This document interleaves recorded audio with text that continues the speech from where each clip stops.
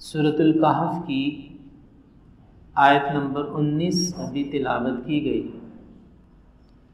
یہ وہ آیت مبارکہ ہے جس میں الفاظ اور حروف کے اعتبار سے قرآن مجید کا نصف ہوتا ہے۔ اس آیت مبارکہ کا جو لفظ ہے وَلْيَتَلَطَّفْ، اس لفظ پر قرآن مجید الفاظ اور حروف کے اعتبار سے نصف ہو جاتا ہے۔ یہ آیت مبارکہ اصحاب کہف کے واقعہ میں آتی ہے۔ اصحاب کہف کا واقعہ تفصیلی واقعہ ہے، اس وقت وہ زیر غور نہیں ہے۔ اس واقعے کا کچھ حصہ ہے جس کے حوالے سے بات کرنا مقصود ہے۔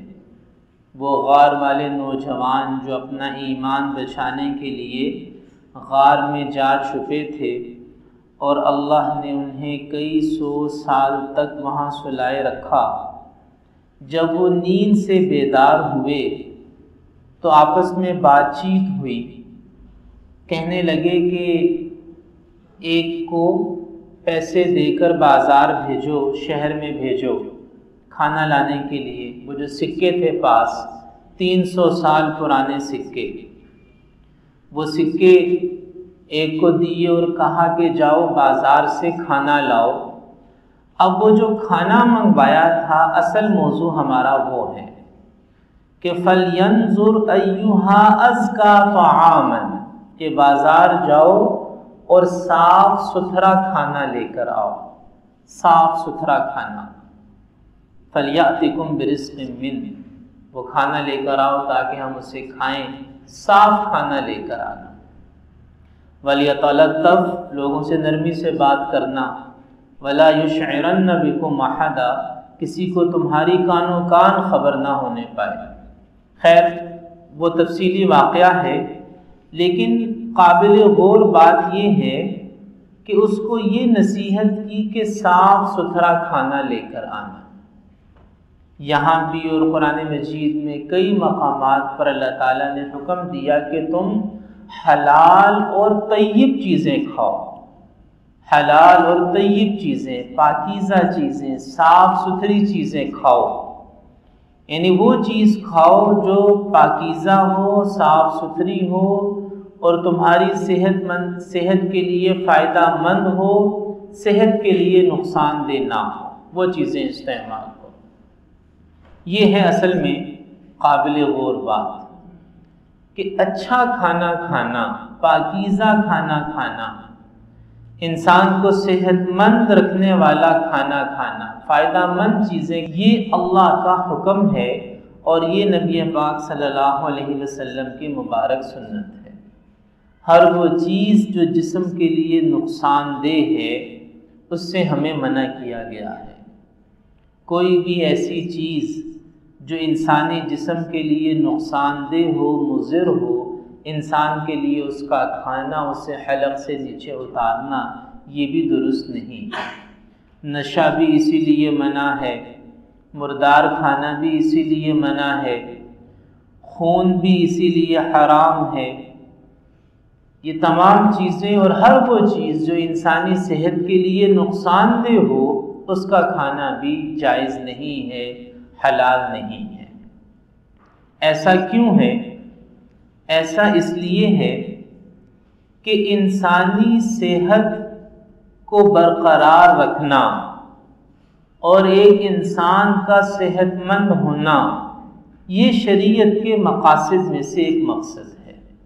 اللہ نے جس مقصد کے لیے دین کو نازل فرمایا ہے، شریعت کو نازل فرمایا ہے، اس میں سے ایک یہ بھی ہے کہ انسان صحت مند رہے، صحت مند رہے۔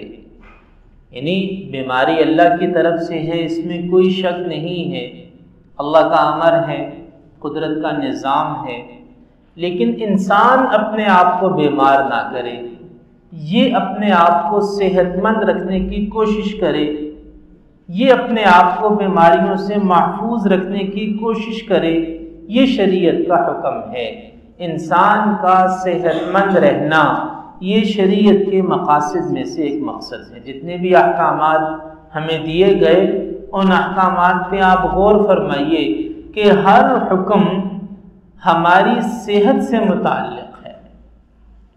نماز پڑھنی ہے، وضو کرنا ہے، ہاتھ دھونے، چہرہ دھونا، پاؤں دھونے۔ ہمیں تو 1450 سال پہلے ہاتھ دھونے کا حکم قرآن میں آ گیا کہ جب نماز کے لیے اٹھو وَإِذَا قُمْتُمْ إِلَى الصَّلَاةِ فَاغْسِلُوا وُجُوهَكُمْ وَأَيْدِيَكُمْ إِلَى الْمَرَافِقِ۔ 1450 سال پہلے ہم پر ہاتھوں اور چہرے کا دھونا گیا۔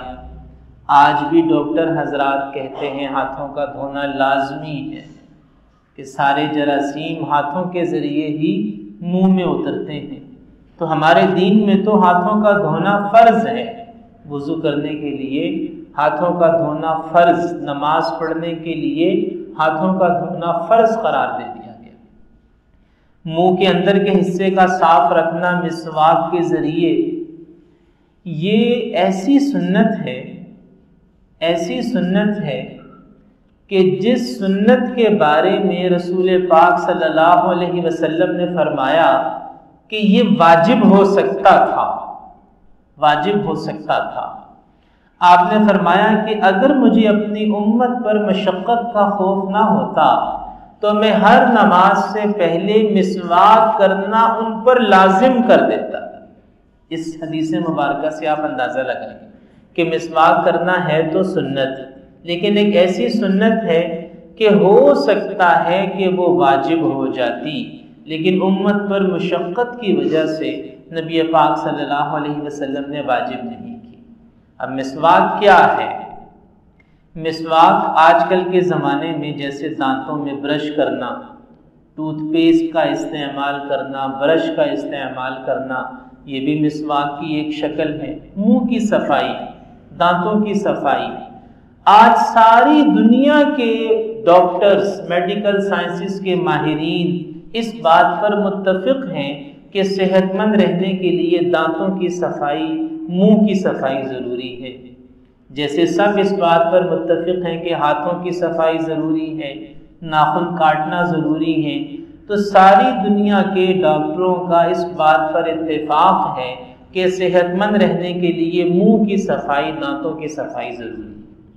تو یہ ہمیں صحت مند رہنے کے لیے یہ ہمیں حکم دیے گئے، ہمیں ہدایات دی گئی کہ ہم کیسے صحت مند رہیں۔ غسل کرنا، نہانا،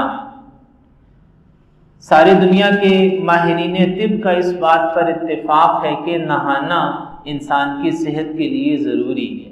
جب انسان غسل کرتا ہے تو بہت سے جراثیم اس سے ختم ہو جاتے ہیں۔ نہانا انسان کی صحت کی ضمانت ہے۔ اور ہمارے دین میں دیکھیے کہ بہت سے مواقع ایسے ہیں کہ غسل کرنا فرض اور واجب ہے، بہت سے مواقع ایسے ہیں جن میں غسل کرنا مسنون ہے۔ ہر جمعے کو غسل کرنا سنت ہے، اور جمعے کے دن غسل کی اتنی تاکید آئی ہے کہ بعض مجتہدین کے نزدیک، بعض ائمہ کے نزدیک جمعے کے دن غسل کرنا واجب ہے۔ امام ابو حنیفہ رحمۃ اللہ علیہ کے نزدیک جمعے کے دن غسل سنت ہے، لیکن دوسرے بعض مجتہدین کے نزدیک جمعے کے دن غسل کرنا سنت نہیں بلکہ واجب ہے۔ تو دین میں کئی مقامات پر غسل واجب، کئی مقامات پر غسل سنت، کئی مقامات پر غسل مستحب ہے، نہانا، غسل کرنا۔ تو یہ سب چیزیں یہ ہماری صحت کے حصول کے لیے۔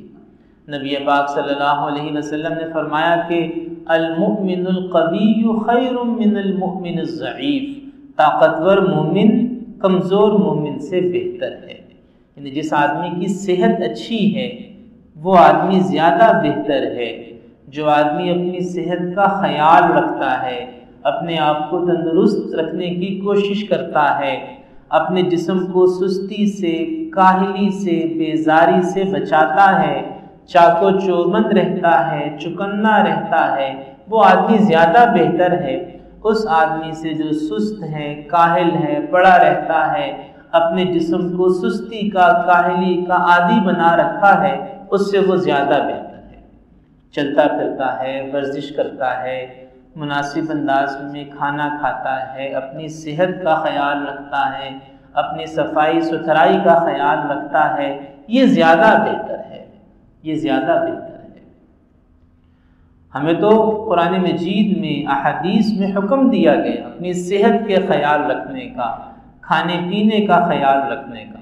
ایک مرتبہ ایک عیسائی ایک بہت بڑے عالم اور محدث کے پاس آیا اور کہا کہ آپ کہتے ہیں کہ قرآن میں سب کچھ ہے۔ انہوں نے کہا جی ہاں، قرآن میں سب کچھ ہے۔ تو اس نے کہا کہ اچھا، علم تو دو ہوتے ہیں، ایک علم الابدان ہوتا ہے یعنی انسانی جسم کا علم، اور ایک علم الادیان ہوتا ہے یعنی آسمان سے نازل ہونے والا علم۔ میں یہ مانتا ہوں کہ قرآن میں علم الادیان تو ہے، یعنی آسمان سے نازل ہونے والا علم تو ہے، علم الابدان کہاں ہے؟ قرآن علم الابدان یعنی جسم کے علم کے بارے میں کیا ہدایت دیتا ہے؟ ان محدث نے قرآن مجید کی صرف ایک آیت پڑھی، کہا اللہ تعالیٰ فرماتے ہیں کلوا واشربوا ولا تسرفوا، کھاؤ پیو، اسراف نہ کرو، حد سے تجاوز نہ کرو، اپنی حدود سے تجاوز نہ کرو، فضول خرچی نہ کرو، اسراف نہ کرو۔ اسی طرح رسول پاک صلی اللہ علیہ وسلم کی حدیث سنائی، آپ نے فرمایا کہ المعدۃ بیت الداء، معدہ بیماریوں کا گھر ہے، اسے وہی دو جس کا تم اسے عادی بناؤ۔ اس عیسائی طبیب نے جب یہ ایک آیت اور ایک حدیث سنی تو اس نے کہا کہ یہ ایک آیت اور تمہارے نبی کا ایک فرمان، یہ ساری دنیا کے حکاماء اطباء کی طب پر بھاری ہے۔ ان دو باتوں کے بعد علم طب میں کوئی چیز نہیں بچتی، اب کچھ باقی نہیں بچا۔ یہ دو باتیں پورے کے پورے علم الابدان کا، علم طب کا خلاصہ اور نچوڑ ہے کہ کھاؤ پیو، اسراف نہ کرو، اور اپنے معدے کو وہی چیز دو جس کا تم اسے عادی بناؤ کہ معدہ بیماریوں کا گھر ہے۔ تو صحت، نشاط، چستی، اپنے آپ کو بیماری سے بچانے کی کوشش کرنا، اپنے آپ کو سستی اور کاہلی سے بچانے کی کوشش کرنا، اچھا کھانا کھانا اور جسمانی صحت کا خیال رکھنا، یہ شریعت کے مقاصد میں سے ایک مقصد ہے۔ اللہ پاک ہمیں قرآن مجید کو سمجھ کر اس پر عمل کرنے کی توفیق عطا فرمائے۔